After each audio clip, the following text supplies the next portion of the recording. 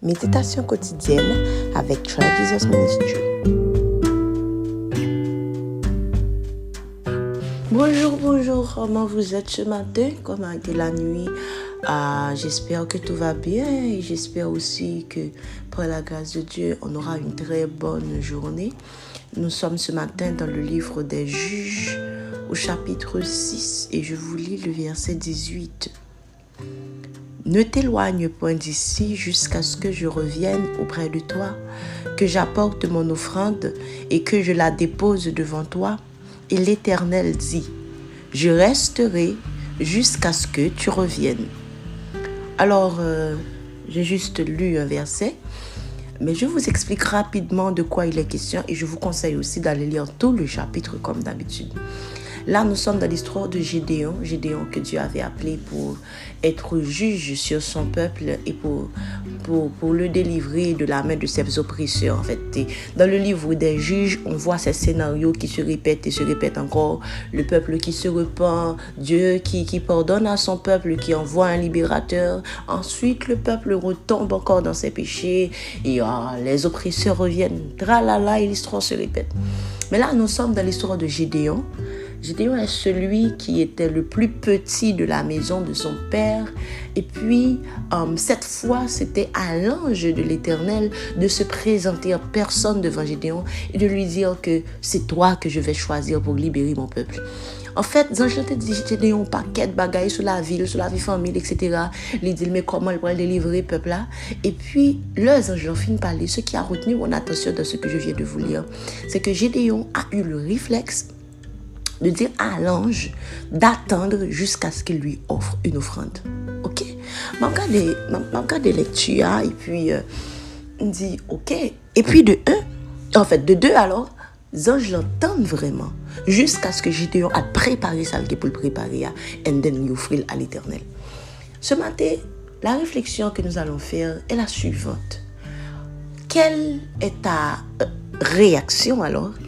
Là où fin recevoir une parole de la part de Dieu. Là où fin recevoir une bénédiction de la part de Dieu. Là où attaché ou affilié à un ministère, côté bon Dieu visite chaque jour par des paroles de bénédiction, par des messages, par des prédications, des enseignements.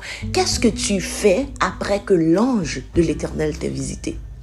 En fait, il pas coutumier la caille nous pour que l'un nous bénit pour nous bénir en retour. L'un nous t'est béni par yon moun ou bien l'un nous t'est béni par le Seigneur pour que nous partager bénédiction ça ou bien exprimer une gratitude par rapport à une offrande de valeur par rapport à bénédiction ça que nous recevons de la part de Dieu.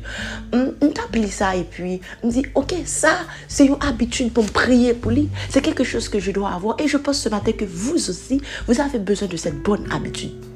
Le bon Dieu parle à vous, le béni, faut qu'il réflexe pour offrir bon Dieu ça que béni là quelque chose de valeur. Parce que c'est pas seul Gédéon, il y a Manoach aussi, le père de Samson, qui a eu cette bonne habitude de faire la même chose et je finis par remarquer que c'était coutumier auprès du peuple. Quand l'ange de l'Éternel, le bon Dieu descend venir visiter yo qui réflexe pour yo offrir quelque chose de valeur. On nous faut tirer sur partie offrande là. Bien entendu, nous faisons ça quand nous sommes dans des assemblées où nous sommes affiliés. Donc, nous avons l'habitude d'offrir quelque chose quand on nous demande. Mais on nous imagine une fois que nous venons dans le service et que sans que nous pas demander nous, est-ce que nous avons un réflexe là juste parce que nous sommes bénis pour dire ok, ce ministère je vais le supporter. Peut-être que pas qu'à monde qui devant qui porter parole bon Dieu. Peut-être que c'est pas moi qui recevoir de prophétie. Mais je peux aider, aider dans l'autre sens, pousser le ministère ça pour plus monde profiter de lui. Bénir monde ça qui sont bénis dans l'autre façon. Est-ce que nous comprenons? Parce que ça, son réflexe pour nous guérir. Ça, son bagage pour nous prier. Parce que moi-même, personnellement, je ne peux pas dire que c'est naturel chez moi. Nous avons réflexe après avoir reçu de redemander. Comme si tout le temps, nous prêts pour recevoir. Mais là, on fait nous. Pour nous avoir réflexe, bénir le monde qui baille nous, ou bien bénir l'autre monde en retour. C'est plus compliqué.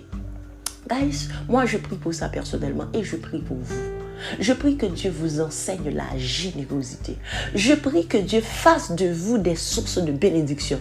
Une source quand elle a reçu l'eau, elle ne garde pas pour elle. La source arrose tout son environnement. Je souhaitais vraiment que pour l'année 2023, ça va venir. Il y a une habitude que mon Dieu a banni, c'est que nous avons des sources de bénédiction. Genre, là, nous recevons bénédiction, mon Dieu, pour nous bénir les hommes de Dieu. Là, nous recevons bénédiction de Dieu pour nous parquer belle, pour nous bénir famille, pour nous bénir environnement. En fait, il n'y a pas un environnement qui directement, il n'est pas obligé alors, il y a un environnement qui est directement attaché à vous. Tu peux bénir quelqu'un que tu ne connais pas. Tu peux bénir des gens, en fait, que ou pas espérer trouver quelque chose en retour dans le meilleur, ok?